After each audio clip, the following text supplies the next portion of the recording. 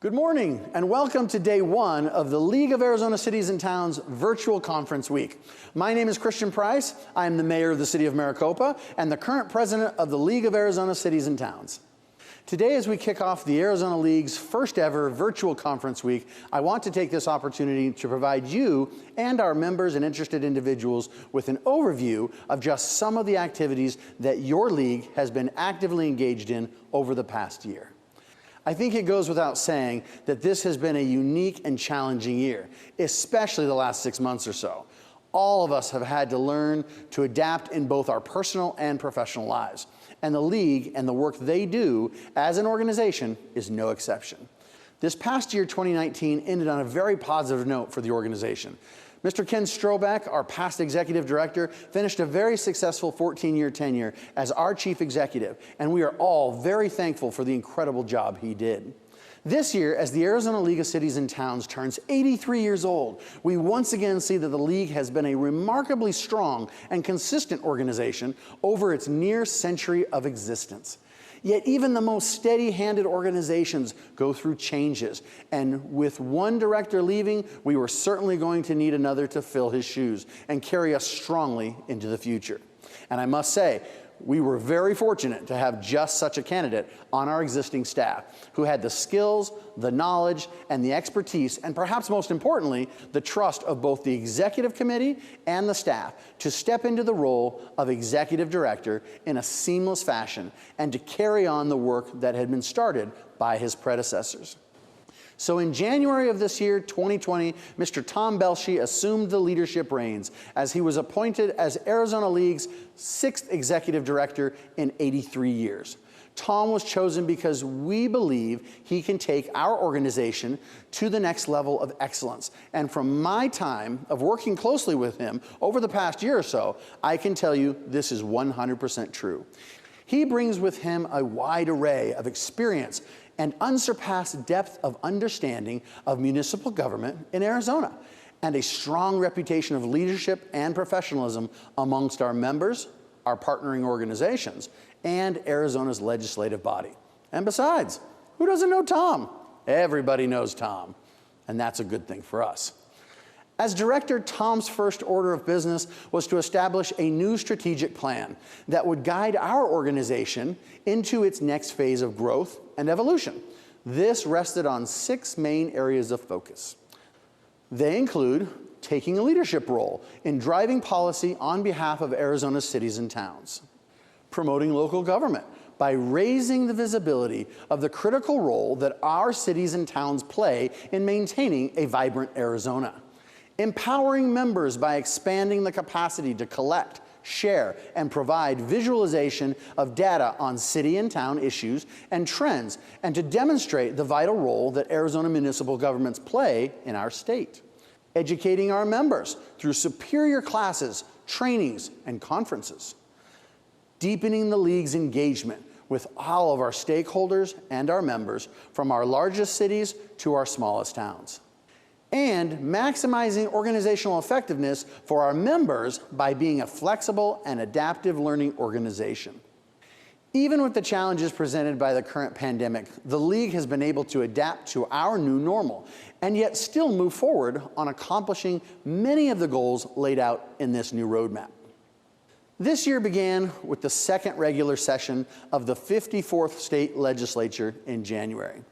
As with everything else this year, the legislative session was unprecedented. And if the first 2.5 months were going to be any indication, the 2020 legislative session was set to be one of the most successful in recent memory. The hardworking staff at our League of Cities and Towns was critical in defeating aggressive legislation that would have impacted local decision-making and the very livelihood of our residents. We also felt confident in our position and in our negotiations on multiple League resolutions and legislation that related to firefighters who contract cancer. Unfortunately, the abrupt end to the legislative session prohibited us from seeing those come to their natural and complete culmination. Upon the conclusion of the state session, our legislative team worked quickly to change their focus and provide additional value to all of our membership. They immediately began lobbying our federal delegation for things like financial assistance to municipalities, reviewing and publicizing local responses, and researching FEMA and DEMA processes to assist our membership in obtaining federal assistance. This work continues today at both the federal level and the state level, even as we prepare for the 2021 Arizona legislative session. If you have not already, I encourage you to sign up for the session this Wednesday, where League staff will provide an overview of the work they have done, and they will also provide an inside look towards the next legislative session. Another major focus of the League is to communicate with our members, but also to our stakeholders and the public at large on the vital role that well-run cities and towns provide, as they support a vibrant economy, overall prosperity, and an engaging civic life in our great state. In concert with the League's governing body, the Executive Committee, and senior staff, one of our major emphases has been on communication and promotional efforts through our various social media platforms. During the session, and especially since the start of COVID-19, the League has placed an enormous prominence on utilizing its exceptionally large following on Twitter, Facebook, and Instagram to share and promote positive content from our 91 cities and towns. We have successfully used these platforms to educate and inform members on the latest information at the state and federal levels. We have also used them to serve as a conduit of information from the various levels of government to our civic and business partners, as well as to inform and influence our state and federal legislative delegation in the promotion of all things city and town. In March, the League created a special COVID-19 website that provided up-to-date information on federal, state, and municipal actions and requirements as they were rapidly evolving through the spring and into the summer. This detailed COVID site was a one-stop shop for information on specific city and town emergency declarations, federal and state funding updates, and frequently changing statewide orders. If you do not currently follow the League on social media, I would strongly encourage you to start. This will ensure that you will stay abreast on the latest news and information, especially from a state and federal level, whose actions are impacting Arizona's cities and towns in real time. A mainstay of the League has always been to provide reliable and factual information to our members. The League produces several publications to educate our membership on everything from elections to budgets, the council manager form of government, to the latest laws impacting your work as a duly elected official or valued city staffer. One of our new director's aspirational goals and part of our new strategic plan is for the Arizona League to become the clearinghouse in the state for official data-driven information on cities and towns. The goal is for the League to become the main source of information that policymakers and businesses at the local, state, and federal level can utilize, trust, and rely upon to have the most up-to-date and accurate information when they are making important policy decisions that ultimately impact our cities and towns. The League is actively gathering, compiling, and designing new ways in which to present this critical data and information, and we will roll out these new open source platforms within the coming year. Another organizational mainstay is the conferences and educational programs that the League produces. Even through the pandemic, the League has continued to provide educational offerings both through our own organization and in conjunction with our affiliate groups, which include the Arizona City-County Management Association, the Government Finance Officers Association of Arizona, the Arizona Municipal Clerks Association, and the Arizona City Attorneys Association, as well as so many other civic and community partners. Since April, the League has conducted and coordinated over 10 trainings and educational events, all virtually, for municipal elected officials and staff. This has included 2 grant trainings, a campaign finance training for municipal candidates, a training on how to reopen our city and town halls, as well as a multitude of affiliate group offerings, including the Municipal Clerks Election Training Virtual Conference, the Municipal Finance Officers Virtual Conference, and this week's League of City and Towns first ever virtual conference sessions. This is in addition to the many general meetings that the League is now conducting, all virtually, including all of our executive committee meetings, the League Policy Committee meetings, and our own resolution and annual business meetings, which will take place tomorrow via digital and virtual platforms. As the cooler temps of the fall season approach us, we hope to return to some sense of normalcy as we conduct trainings, classes, and conferences. But should the situation require us to move forward with virtual meetings, then the League will continue to adapt. We will do whatever is necessary to conduct and hold these very important educational programs online. And this will even include the very popular newly elected officials training scheduled for this December. During the past year, the League has actively increased our outreach and strengthened partnerships with our local business and civic organizations. These partnerships are vital to ensure that the League continues to serve as a conduit for information sharing with our cities and towns, but it also creates the opportunity for our organization to take a more prominent seat at the table during important deliberations and negotiations with lawmakers and business interests. The ultimate goal of the League is to provide value to our membership, the cities and towns of Arizona, to robustly support each of you in the job that you do, whether you're an elected official or you serve on a municipal staff. We are looking to actively partner with you to make your cities and towns more effective. This year, for example, knowing that cities and towns would need to make difficult budget decisions in light of the economic shutdown, for the first time in the League's 83-year history, the League's executive committee recommended that it reduce membership dues to our cities and towns by 15%. To help ease their burden. And while membership dues have been reduced and the League has cut any and all unnecessary extras, our League staff has been working diligently to provide more with less and has even shown an increased and exemplary service to our membership. I believe this has been truly showcased by the outstanding work that our staff has been doing over these past 6 months. As you all well know, being a city and town leader has never been an easy task, and this year it has only increased exponentially in difficulty. But the active responses from our 91 cities and towns, and especially from you as local leaders, has made me very proud to be a mayor and president of this storied and honorable organization. I know that our future officers and executive committee, working in conjunction with League senior staff, will continue to build a strong association that will adapt to the changing needs of our cities and towns. I have thoroughly enjoyed the opportunity to work so closely with such great local leaders, as well as the League's senior staff, in protecting the rights and privileges of our cities and towns here in Arizona.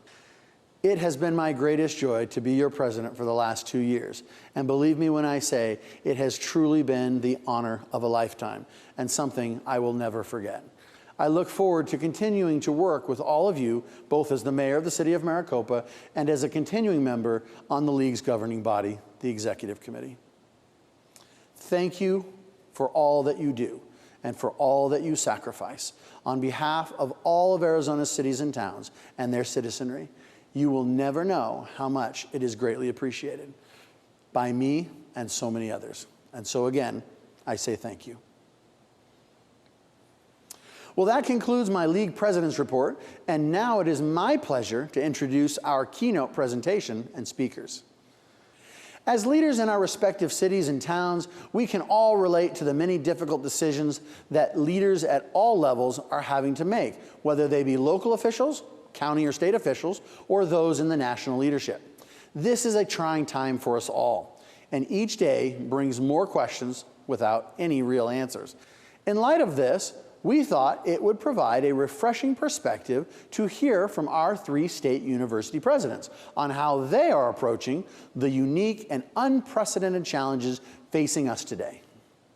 Whether those challenges are in public health relating to COVID-19 and our responsibilities and response, or the civic realm with the unrest facing many of our communities, or the political realm during a very turbulent election year. Each of these leaders provides a unique window on how they, as leaders, are responding to the many crises we are facing and how they are meeting these challenges. These videos were pre-recorded and will begin with Dr. Rita Hartling Chang, president of Northern Arizona University, followed by Dr. Robert C. Robbins, president of the University of Arizona, and will conclude with Dr. Michael M. Crow, president of Arizona State University. I hope you'll enjoy their presentations. Please roll the video.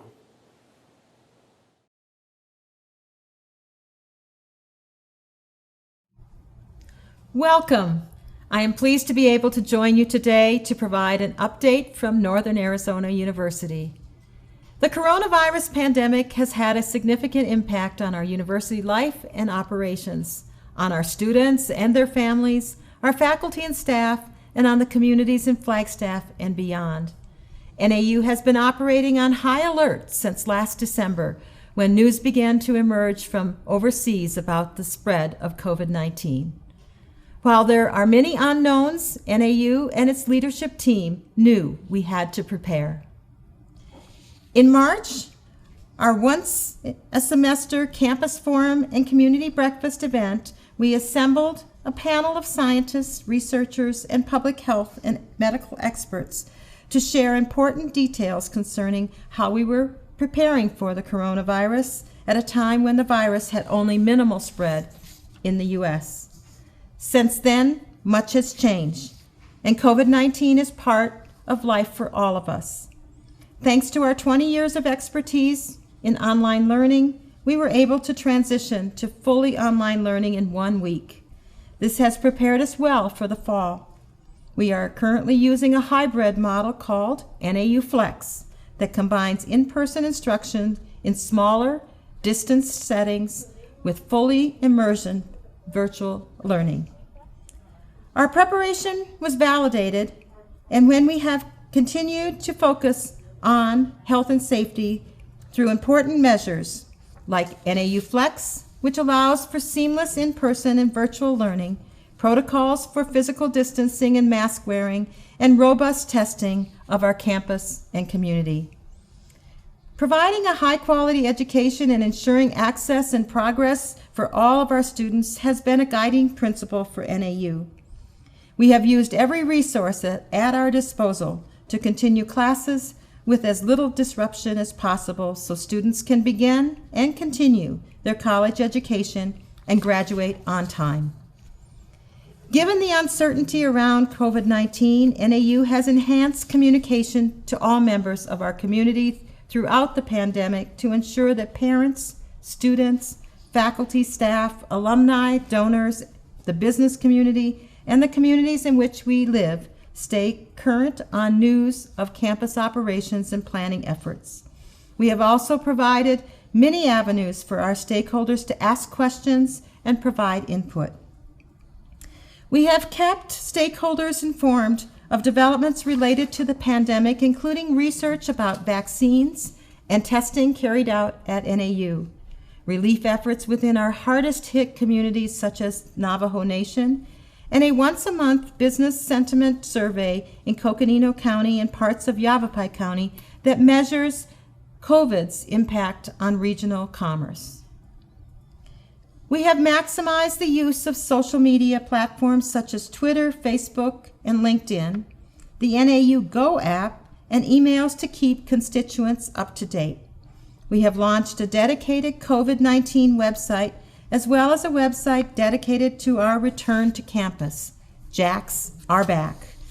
Since March, I have sent weekly messages to campus to provide timely updates and direct our community toward key information and resources.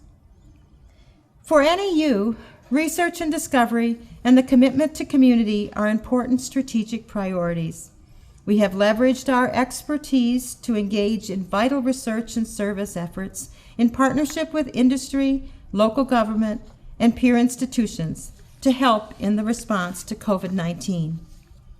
NAU's Pathogen and Microbiome Institute has been at the forefront of COVID-19 research efforts. PMI is world-renowned for its specialty in pathogen and microbiome research and for its contributions surrounding the anthrax bacteria and other infectious diseases.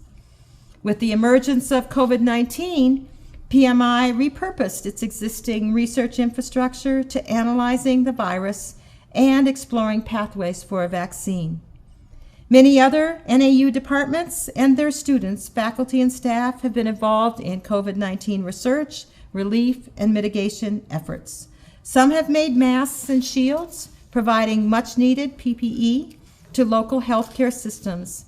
Others, in various healthcare disciplines, have ensured they continue to provide care to communities in need.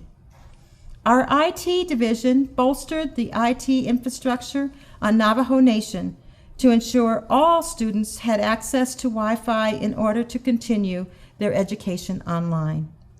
In partnership with a number of telecommunications companies, NAU has helped establish more than 30 Wi-Fi hotspots in tribal communities that provide crucial internet access. NAU has also been witness to the social unrest that has occurred through the summer, and we stand in solidarity to all members of our community and work to address systemic issues that often disproportionately impact communities of color. NAU's Office of Inclusion has invited our campus community to take part in unconscious bias training and offered opportunities to engage in diversity dialogues. We continue to work to foster inclusion, educate our community, and support one another. Our community and stakeholders have risen to the occasion to ensure we continue to provide excellence in education and access to all our students. CARES Act funding has offered significant support to students who were financially affected by the pandemic. In addition, through the foundation, donors have helped students struggling with financial insecurity through the Lumberjack Emergency Assistance Fund, or LEAF.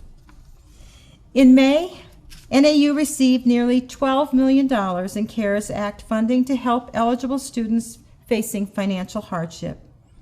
Nearly 14,000 students were sent grant funds to defray expenses related to COVID-19 and continue their education. NAU received a second institutional grant, another $12 million, through the CARES Act to recover costs associated with our response to the pandemic. Using LEAF, more than $175,000 were distributed to more than 700 students in need, and 50% of the funds were distributed to first-generation students. More than $25,000 was raised for a new rapid response fund. In the midst of the pandemic, the generosity of our community has been gratifying.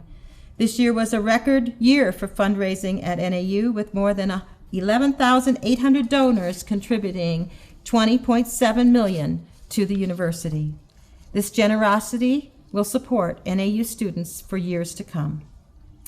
While the support we have received is tremendous, the COVID-19 pandemic has had deep financial implications for NAU as it has for universities around the country. The FY21 budget challenges we are forecasting are the result of anticipated changes in student enrollment patterns and state support. We are predicting a revenue shortfall of close to $100 million for FY21. Our guiding strategy in facing this challenge has been to place the least amount of burden on our lowest paid employees and a proportional higher burden on the more highly paid faculty and staff.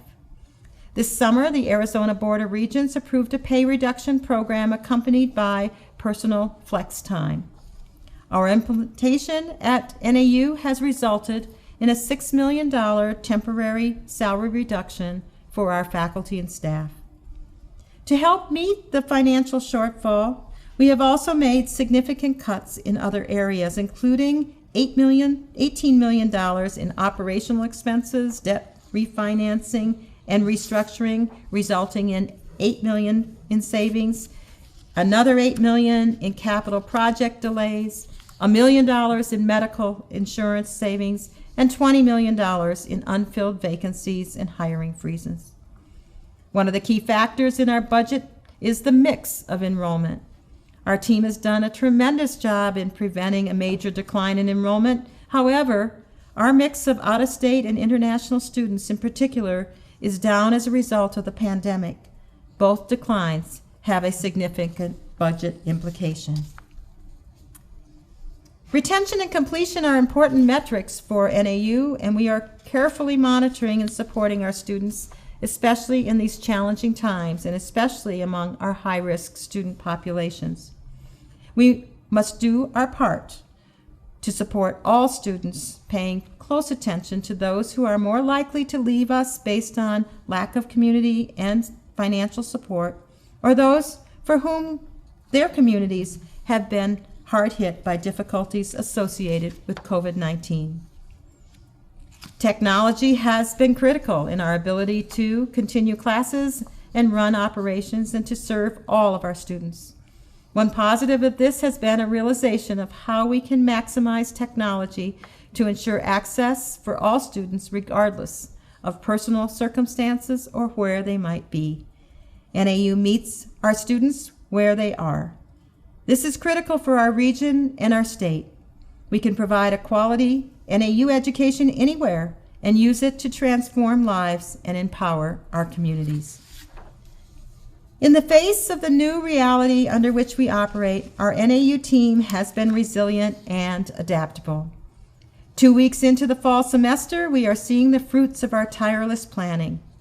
Through comprehensive efforts, we have a robust return to campus plan that has focused on educating students, collaborating with local partners and experts, developing in-depth testing and contact tracing protocols, and ensuring our faculty and staff are prepared to serve our students using technology to augment face-to-face interactions. Of significance, as we continue to learn more from experts, our plans are adaptable and will be able to flex and evolve. Our approach to campus health and safety features many facets that work in concert to protect our students, faculty, staff, and our community in Flagstaff. Key elements include monitoring through technology like our NAU Health Check app that students, faculty, and staff must complete daily, screening themselves for symptoms before engaging with others. Wastewater monitoring that provides an early warning of high viral loads in different residence halls on campus. Personal responsibility and accountability are key to our return to campus efforts. We have provided personal health kits to all students, faculty, and staff that include masks, hand sanitizer, and thermometers. And we have required a safe return to campus training that reinforces crucial healthy behaviors that will prevent the spread of COVID-19. Our students must commit to the Lumberjack Way Forward pledge. We know that individual behavior is critical, and we are communicating and reinforcing among our students how essential it is that they wear masks, physically distance, and practice proper hygiene. Together, we will get through this as a community. In the first few weeks of the semester, we have seen incredible engagement from our students. As an example, between August 10th and 13th, the first days of the semester, Blackboard Learn and BB Collaborate had 273,082 sessions and 3.6 million page views. We held 6,676 Zoom meetings and 71,747 participants. And NAU Go traffic over the first 7 days of the classes totaled 14,400 unique visitors. Testing has and will continue to be an important component of our planning. We have required all students living on campus in Flagstaff to provide a negative COVID test prior to move-in. In partnership with the Coconino County, we have repurposed the NAU Fieldhouse as a special surge testing site. In the past 2 weeks, over 2,200 individuals have been tested. Importantly, this site is free to any student, faculty, staff, or community member. We will soon be transitioning our testing to an ongoing monitoring and mitigation strategy as the last of our students move onto campus.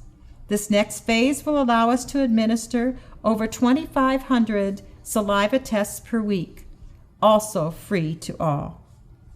NAU has been working closely with leaders of cities and towns, businesses, and residents in our local communities to listen to each other's concerns and collaborate on ways we can keep each other safe. NAU's efforts have included partnering with Coconino County, the City of Flagstaff, and the Flagstaff Downtown Business Alliance to emphasize the importance of restaurant operators adhering to Centers for Disease Control and Prevention guidelines and local and state orders, especially for those establishments serving alcohol. Encouraging students to shop during off-peak hours, generally after 7 p.m. on weekdays and Sundays. Encouraging students of faith to worship responsibly via physically distanced or video streamed services when available. Sharing information with students about our collective responsibilities to keep themselves and others safe. Providing strong, direct communication to our students, conveying expectations for their conduct both on and off campus and penalties for noncompliance. We are determined to fully enforce our student code of conduct as it relates to mask wearing and physical distancing. Providing testing to our students, but also to our community. NAU is a neighbor and a resource, and we are giving back and sharing our expertise in whatever ways we can. One important takeaway from the COVID-19 pandemic is how intertwined and interdependent we all are: universities, businesses, and local community. At NAU, we are rising to meet the challenges before us with determination and thoughtful hard work. We have been generating solutions, improving lives, and providing excellence in education since our inception in 1899. We know we can't do it without the support of our local communities. We must continue to work together to create innovative solutions.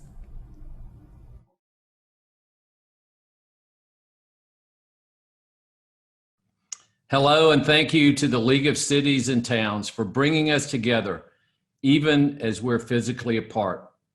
The University of Arizona is proud to serve our state as Arizona's land-grant university, and I'm glad to have this opportunity to share some of the ways we've adapted to the pandemic so that we can continue our mission of service.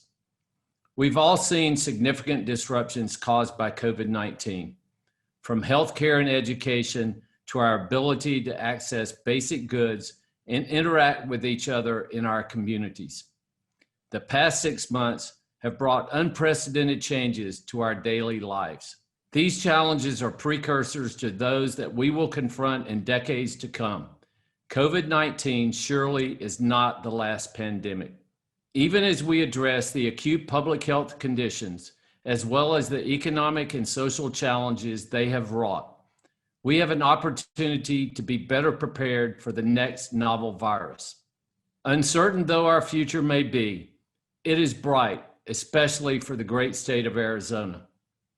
The pandemic has demonstrated the extent to which we live in a truly global society, one in which the challenges facing one community can have an impact worldwide.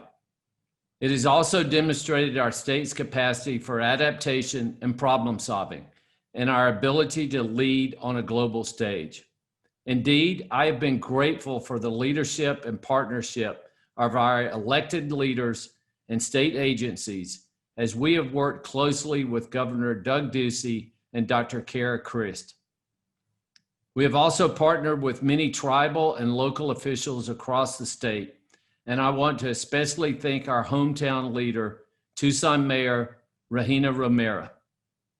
This collaborative approach is the way we will emerge stronger from COVID-19 and reach Arizona's great potential for a bright future. We all need to work together across the private and public sectors, across industries and disciplines, and throughout the state. As many of you know, the University of Arizona was in the midst of pursuing a bold new strategic direction when the pandemic hit. And we were seeing great results, from improved student retention to newly articulated purpose and values that encapsulate why we are here and who we are as a university. These values have been on display since we decided not to return to campus following spring break in mid-March. Our faculty, staff, and students acted quickly and with determination and compassion as we adapted to meet the immediate needs of our students in the state.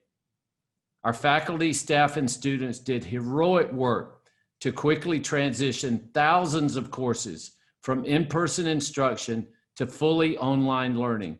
And in just a matter of days, our usually busy campus was virtually empty. Nevertheless, our mission of service to Arizona continued. And as we address the initial challenges of COVID-19, we also began to plan a path forward and out of this crisis. In particular, we knew if we were to have any chance of returning to campus this academic year, we would need to test for the virus early and often. This presented a solvable logistical challenge, and we realized early on that the University of Arizona would be at the end of a long supply chain for testing resources. I asked our leaders in the University of Arizona Health Sciences to begin working on this problem, identifying resources, building new capabilities, and conducting research on the virus, its spread, its symptoms, and how we could combat it.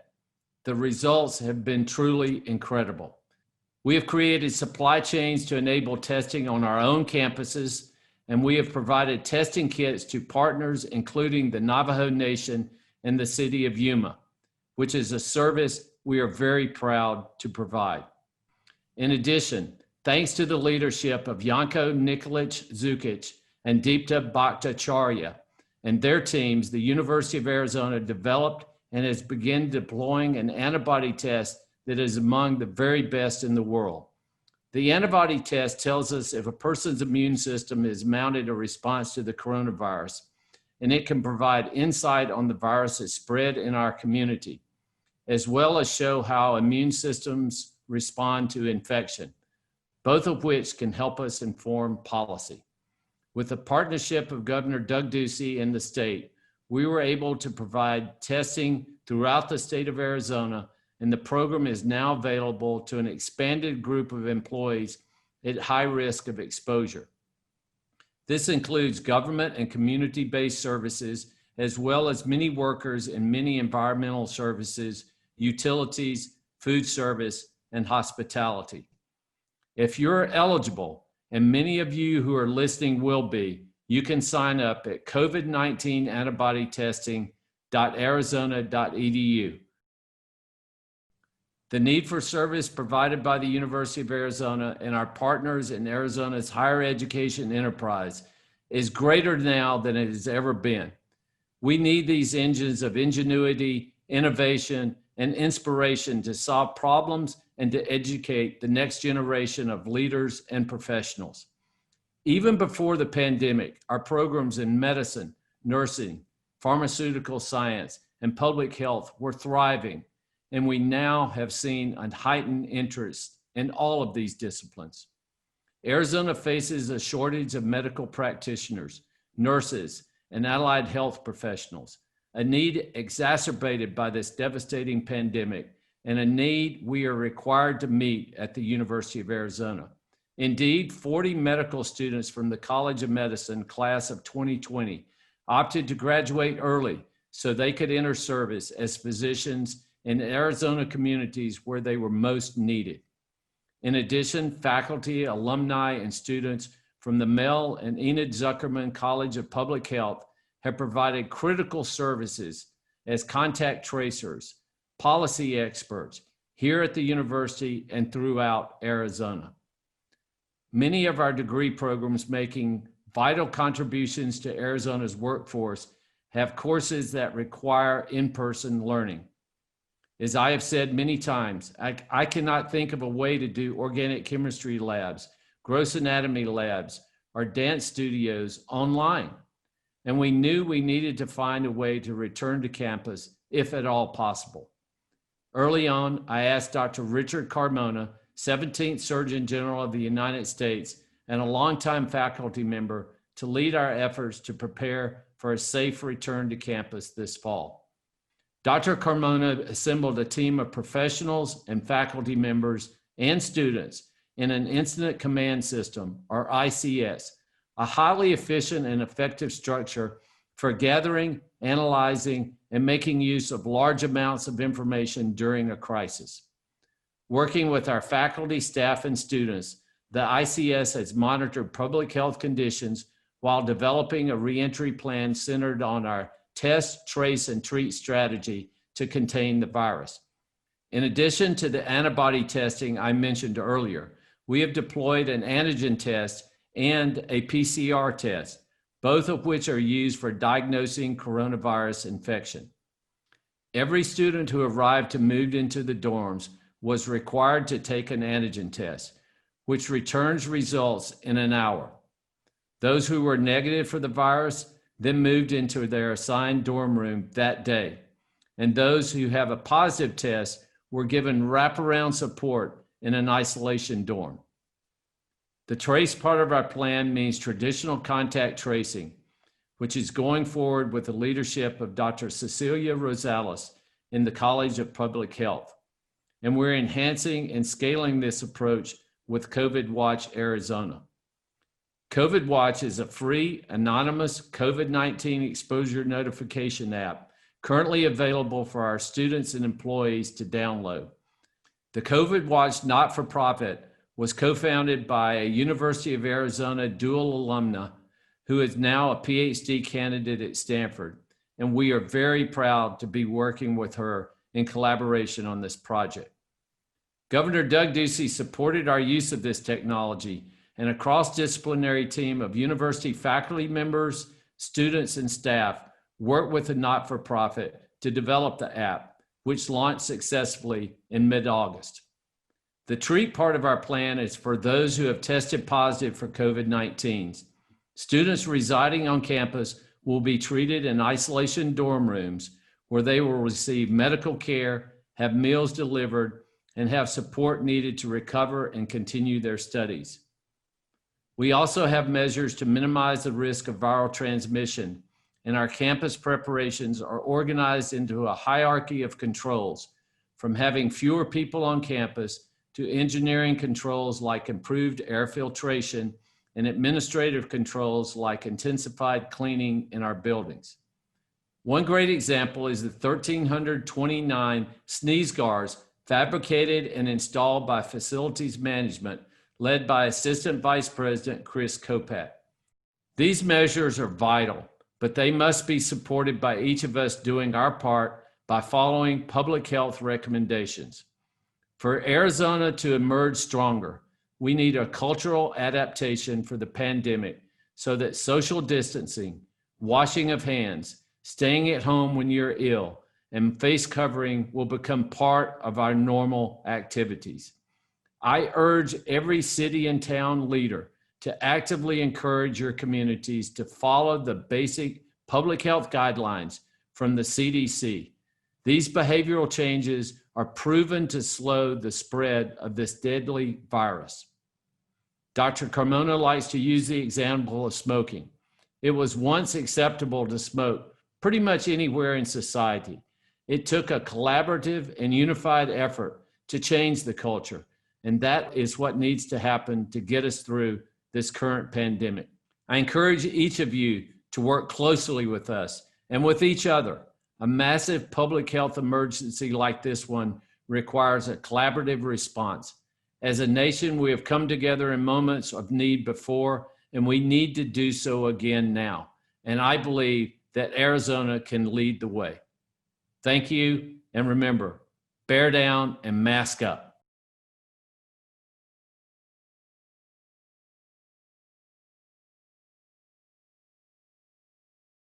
Hi, Michael Crow here. It's an honor to have an opportunity to talk with you all in the League of Arizona Cities and Towns. Here we are in the middle of global pandemic, which hasn't been around for 100 years, obviously requiring all of us to think about our public duty, our public mission, our public purpose, you know, all the things that we're trying to do, all the things that we stand for, and trying to find ways to make that work. What I thought I would do relative to ASU is just sort of give you our mindset, give you where we're headed, what we're doing, what we're working on, and then I'll look down at this page, which has got some of the questions that were given to me to take a look at. But basically, the view that we're taking of everything is that we, like you, cities and towns, we're an essential industry, essential service, essential enterprise, and we're operating under that modality. We're tooling along very well with 2 teaching and learning modalities. Back in February, we had an early COVID positive case within our community in January.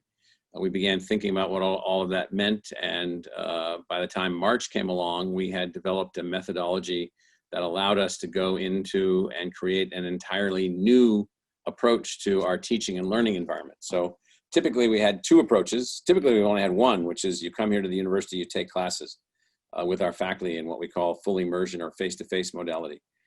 In the last 10 years, we built a second modality that we call digital immersion online. And we have, by last year, about 75,000 students in each modality, 75,000 on campus, 75,000 in digital immersion.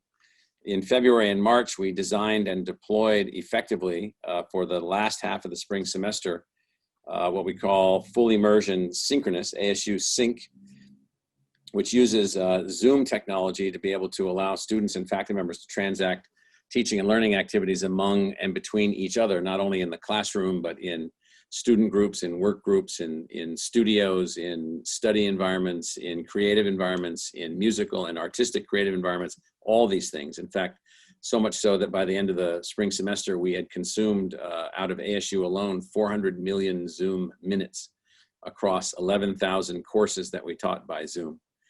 COVID, obviously pushed us in the direction where we tried our first stay-at-home modality. We kept students home. We taught only by Zoom. We perfected the Zoom model, and we realized that there were several other things that we were missing for a long-haul COVID reaction. So we're not operating under the assumption that COVID is coming or going. We're operating under the assumption that it is the 7th coronavirus to enter the human ecosystem. All 6 of the previous coronaviruses still exist and still infect humans. This 7th one is nastier than all of the others. And even with the vaccine and even with treatment, it will still be here. We just have to learn how to manage it. And so what we realized in terms of moving the university forward was that we didn't have all of the tools to manage a virus of this strength and a virus of this ability to be expressed and spread. And so we spent a lot of time deciding what to do. But while we did that, we had to launch our summer school while also keeping 150 COVID active research groups moving forward, while also figuring out how to keep the university moving forward on all fronts, research activities, proposals, development, all the things that we do. And so we began operating in 2 modalities, all driven on the long-term assumption that we're an essential enterprise that has to deliver services no matter what. No matter what the virus is, no matter what happens, no matter what other changes come our way, we have to adapt. We have to be reflexive and adaptive. So we launched Summer School 2020 in 2 modalities, ASU Sync, several thousand courses, and ASU Online, several thousand courses, ended up with 60,000 students, largest enrollment that we ever had. Mindset, working our way forward, taking advantage of tools, taking advantage of technologies, getting our staff who are fantastic and our faculty who are fantastic, unbelievable people, getting them to adjust their training, adjust their skill set, change their courses, move forward in new directions, making all those things happen. So while we're doing all of that, we realized that we needed several other things. So we needed high-speed, rapid testing that could be scaled. We couldn't buy that, we couldn't get that, so we went to our teams, we found some local philanthropy, and we built high-speed robots capable of high-speed COVID testing. We then realized that we needed to be able to, if we were going to reassemble in the fall in the middle of a virus that might be here for many years, we couldn't sit around and wait the virus out. And so we decided to now develop a new testing methodology, which could be self-administered. So our scientists put together a saliva-based testing methodology that could be self-administered by spitting into a tube and rapidly tested. So lo and behold, then by June, we had in place a high-speed, self-administered legally certified, FDA approved test that could be scaled infinitely if we needed to along any dimensionality. So we built that. We also realized that in our environment, which is on campus, 100,000 people, give or take, 25,000 staff and 75,000 students, if they were all here, how do we manage the virus? So we went out with partners, the Mayo Clinic and a company called Safe Health in Los Angeles, which is a spin out of Mayo and ASU. And we built a new health app that gives a daily health check for everybody coming on campus, anyone coming to be a part of the university physically. And so lo and behold, then as we approached our decision-making for what we were going to do relative to the fall semester, with all of the uncertainty and all the other things that are happening, even with the increasing of cases in Arizona in June, stay calm, stay calm, stay calm, stay calm. In July, we put together this idea for what we call the community of care, which was an agreement between everybody that is a part of the university and the community of care. Put out a kit, 150,000 of these kits were put together, thermometer, et cetera, et cetera, et cetera, a way to communicate what it was going to be, what it was going to take to be a member of the ASU community in the middle of a global pandemic, behaviors, masking, distancing, hypersanitation, daily health checks, et cetera. And then we also built this app, which is available for anybody. And the app then does a daily health check of everybody that's going to be on campus, keeps track of you, keeps track of where you are, will ultimately remind you when you need to come in for your testing, monitoring, and so forth and so on. So we built learning technology, teaching technology, trained our faculty, basically under the assumption that you can't wait this thing out, you've got to move forward. We built testing technology, we built an app technology, we built a community of care methodology and format. And so here we're sitting in, I'm videoing this on August 17th at 2:15 in the afternoon, and we've got thousands of students coming back into the residence halls, all pre-tested.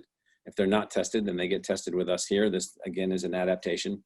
Our food service is different. Our classroom designs are different. Our structures are different. Our faculty members can come in and out of any class because we, if they can't be here, if they're an old geezer like me, and they've got comorbidities like I do, then they probably shouldn't be in the classroom in front of a lot of students, even masked, double masked. And so, so we say you can zoom into the classroom because you might not feel comfortable being in there. So we Zoom technology to all of our classrooms, 1,000 classrooms. So anyone that wants to, faculty or student or staff, can zoom in and zoom out as needed. You can arrive late. We could make a change and not be on campus and send everybody home or send everybody to Zoom classes, and you just adjust. And so the key in all of these things is developing the tools, the means, the mechanisms, the devices, and the systems that allow you to have maximum flexibility. Now, why are we doing all of this? We're doing all of this because if we want our economy to get back on track, you don't want the university failing to produce the best and the brightest. If you want our economy to get back on track, we're going to have to produce nurses and teachers and engineers and scientists and graphic artists and business specialists and accountants and all the other things that we produce. These are the essential products that we produce. And so it's this notion of mentality. Mentality is we can adjust to almost anything. We can adapt to almost anything. We're serious business. We need to be serious and we need to make things happen. And so that's the general approach that we have taken. Now, some of the questions that you all have given to me here, how are we approaching these issues as they relate to institutional specifically, but also as it relates to the broader communities they serve? Well, we're approaching things from the perspective of we're trying to be of as much assistance to everybody as we can. We've also set up our testing systems for the general public. We've been responding to places where there's been under testing. We've also supporting critical industries that we've worked out arrangements with to test their employees, to keep electric utilities moving, keeping hospitals working, keeping medical staff in place, trying to be responsive to the notion of what's essential. We've got to work our way through all of this. Second, what are the unique challenges as well as opportunities presented in this unprecedented time in history? Well, the most unique challenge is getting people to listen carefully, not pay attention to, everything going on in New Jersey or New York or other places, and to realize that this virus is something that we have to figure out how to manage, to treat people that have it, to contact trace, to make things happen. So really, I guess to this question, what are the unique challenges? The unique challenges is getting us all up to speed on how to live through this pandemic in a in a successful way, how to keep things moving. What programs or projects has our institution implemented to handle the COVID pandemic? Many that I've already mentioned. The saliva test, which I've already mentioned. Advice or guidance to city and town leaders. I mean, really, I mean, we serve the public. We serve the public not as a government agency or as a bureaucratic model. We serve the public in an enterprise model through partnerships and so forth and so on in a way that many of you do also. The key in all of this is high-speed adaptation. I mean, our structure, I mean, let me just rattle off some things that are already different at the university. Our structure, I used to meet once a week with our university executive committee. I now meet twice a day with our university executive committee. We're much more effective than we were before. We used to meet physically once a week, and the meetings were not always that efficient. We now meet in this Zoom mode, and they're unbelievably efficient. I can see everybody's face at one time. I can see how they're reacting. We can put up presentations. We can bring people in. We can have experts sitting with us from all over the country or even all over the world. I mean, it's been in many ways, a fantastic enhancement to our managerial environment. We're also working in a way where we realize that we can't solve these things ourselves. We have to partner. We have to group together. We have to work together, including us with you guys, if we can be helpful. We've got to figure out how to work together to make these things happen. Nothing that we're doing is about politics whatsoever. It's about essential services, the delivery of essential services so that our society can continue to adapt, so we can economically prosper, so we can economically get things back on track. We've been able to work with everybody, our food service providers, our other companies that we're working with. I mean, tremendous. We have tremendous allies here in Arizona, so we're very happy about all of that. I think that the really important thing for us was to realize that this was a long-term decision. And so, for instance, our library, which is 5 million volumes and a staff of several hundred people, users from 150 countries, unbelievable use on all 4 of our campuses. You can't shut that off. How do you operate it? You have to operate it in a new way. Staff have to engage in a new way. Staff have to engage in new and thoughtful ways. We need new systems, new technologies, new ways to make books available, new ways to help people to find what they're looking for, new ways to build on our digital presence. I think the other thing that I'd say is that we view this as a huge opportunity to innovate. So the largest technology deal that we've ever done related to educational technology, we completed in the middle of all of this. We developed a relationship with this technology developer, and at the end of this deal, we now have the most advanced tool for advanced virtual reality learning that humans have ever developed. Now, in our licensure and in a way where we can advance it with this partner. So we're tremendously excited, and we might not have done that except for the fact that now that we see that the world is going to be a different place, and maybe you're going to have to teach science and other subjects in new and different ways. And so, I'm not trying to be glib in any way about the virus. It's serious business. This is one of the 10 most significant pandemics in our recent history of humans, at least in the last 700 years. And there hasn't been one of these for 100 years. So this is a big deal. It's also not the last pandemic. It's also not the last thing that's going to be derivative of the way that globalization has occurred and the way that climate change is moving forward and things like that. I mean, these are all things that we're going to have to be ready for. And so, what you have to be here, and I'm sure that all of you are, is disciplined, focused, and willing to change and willing to adapt and willing to adjust. The second you start thinking about us having to respond to these kinds of things, it's the second you start thinking about doing things in new ways. So we have, just to rattle off, we have a new teaching technology we didn't have in February. We have a new testing technology. We now have telehealth and telemedicine like we didn't have before. We have thousands of newly trained faculty members. We figured out how to partner with new organizations to develop new technologies.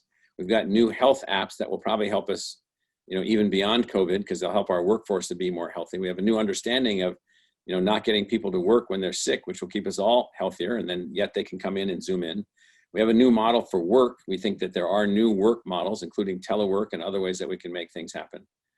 We've got new ways to partner, new ways to align. We have a new understanding and new appreciation. And I think at the bottom of all of this, and in the spirit of sort of where we are, is we also have, I'm just looking at my clock here, we also have a new perspective. What's important, what's not? What do we need to do? Why not move quickly? Why not get things done? Why not adjust and adapt? And so all those things have been important to us. And so I wish I could be there with you. Sorry that I can't be. I'm glad that we have this opportunity to talk. If you have any questions, just get them to me. If you want to partner on anything, just let us know. If there's ways that we can work together or ways that we can be of service to you, let's do that. I will say, for instance, our online degree programs are up in enrollment by more than 30% just since June. And so we're very excited about all of that. And all of that is a way to enhance people and people outcomes. So nice to see all of you. Hope you have a nice meeting. Look forward to seeing you when we can all get together. Thanks.